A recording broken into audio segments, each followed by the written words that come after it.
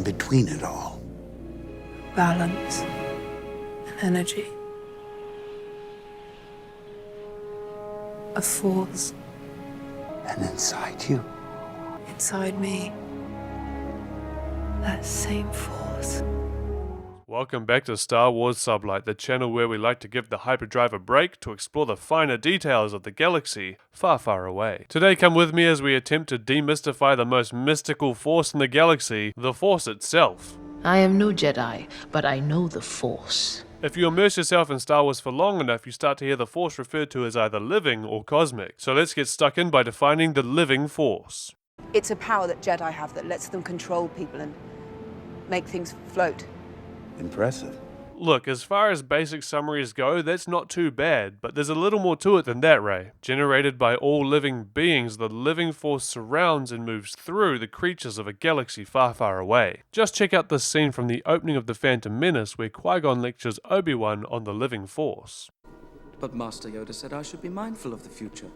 But not at the expense of the moment. Be mindful of the living force, young Padawan. Yes, Master. When focused firmly on the present moment, it's the living force that grants a force wielder the ability to accomplish incredible physical feats. Things like enhanced speed, agility, even telekinesis. Or how about the ability to choke someone from afar or generate lightning from your fingertips for those wishing to dabble in the dark. The living force can also be used to attack the mind, overpowering the will of an individual to do what you command. Credits will do fine. So how about the cosmic force? Well, if the living force is the force of everyone, consider the cosmic force the force of everything. Where the living force surrounds and penetrates us, it's the cosmic force that binds the galaxy together. The cosmic force gives rise to all powers of insight, including visions and prophecy. Just listen to this lesson on the cosmic force from Yoda while Luke is hanging out. Through the Force, things you will see, other places, the future, the past, old friends long gone. Han? Leia! Where the living force is concerned with the now, the cosmic force takes into account everything that has been, as well as events that have not yet come to pass.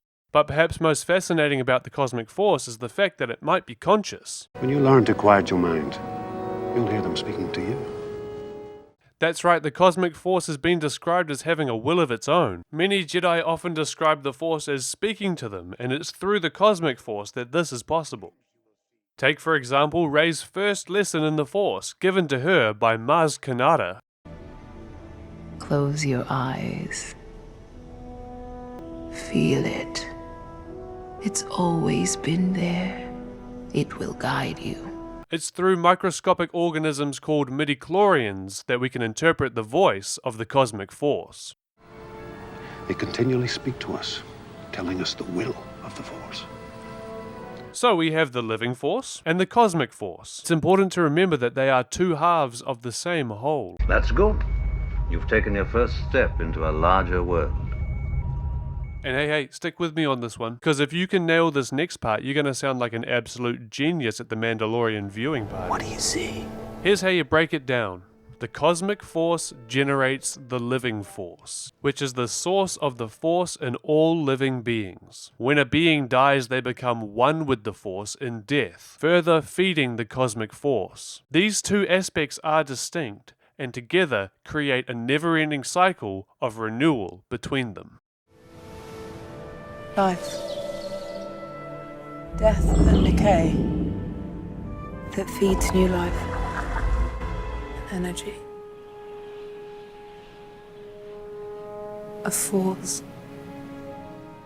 If you're already a subscriber, you know I appreciate you so much. If you haven't subscribed yet, what are you waiting for? Why not join us? Either way, I'll catch you in the next one, and whether it's the cosmic or living force, that force will be with you.